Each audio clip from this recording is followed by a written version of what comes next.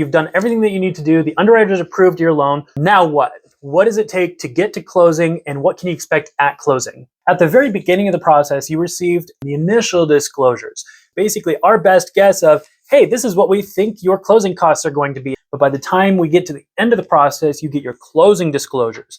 And the closing disclosures is a much more accurate estimate of how much you're going to be expected to bring to the table. So that's going to be about 3 or 4 days, maybe a week prior to closing, is you're going to see these closing disclosures. And if you see an issue on there, then that's when you bring it up. Once you get final approval for your home loan, this is by underwriting. We're going to send the loan documents over to the escrow company to make sure that our numbers balance with what their numbers are. So for example, if you negotiated for the seller to pay for extra closing costs and you didn't tell us, the title company would have that information, but we wouldn't. So that's our opportunity to kind of balance, make sure that the numbers match between what they have and what we have. Once those figures are balanced, then the escrow officer or the attorney will reach out to you directly to schedule your signing appointment. Now, when you're at the signing appointment, your escrow officer or attorney is going to sit down with you and share the final closing disclosures. Now, I mentioned before that a couple days before closing, you're going to get the closing disclosures, which is a revised version of the initial disclosures at the beginning of the process.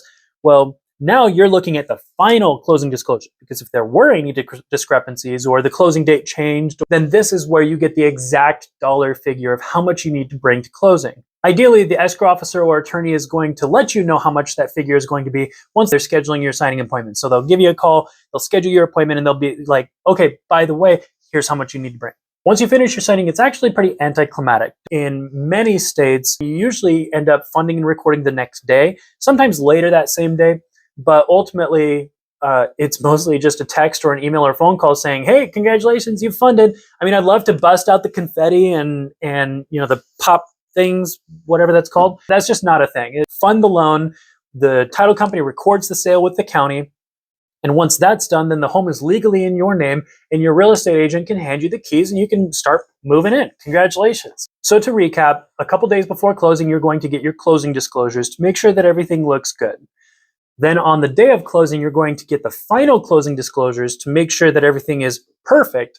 And then you're going to do your final signings, maybe take a picture with your loan officer and real estate agent, who knows, maybe. Then you're going to either get your keys right then, depending on what state you're in, or you'll wait another couple hours, maybe a day or two, to get your keys and start moving in. It's a pretty simple process, but there's a lot of fogginess that people don't know about what to expect when that time comes. And so hopefully this video helped. Make sure to like this video, and if you want more, make sure to hit that subscribe button.